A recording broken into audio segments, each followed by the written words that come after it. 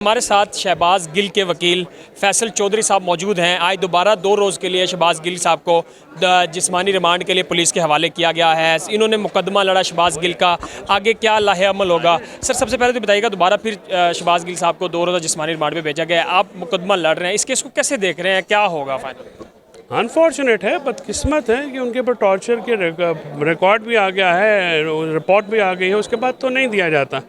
हम इसको कल सुप्रीम कोर्ट में चैलेंज करेंगे। वी एक्सपेक्टेड कि हाई कोर्ट जो है इसका बेहतर फैसला करे, लेकिन मायूसी हुई है।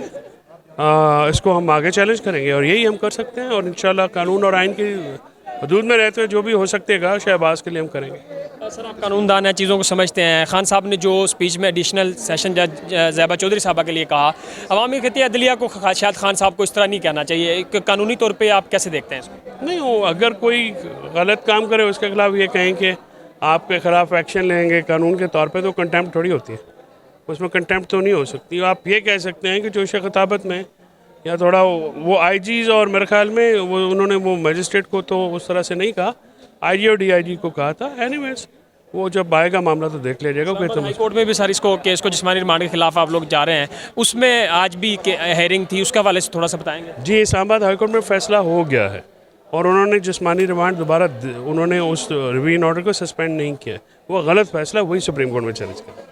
थैंक यू सो मच जी। फैसल चौधरी साहब शहबाज गिल के वकील, हम उनसे बात कर रहे थे।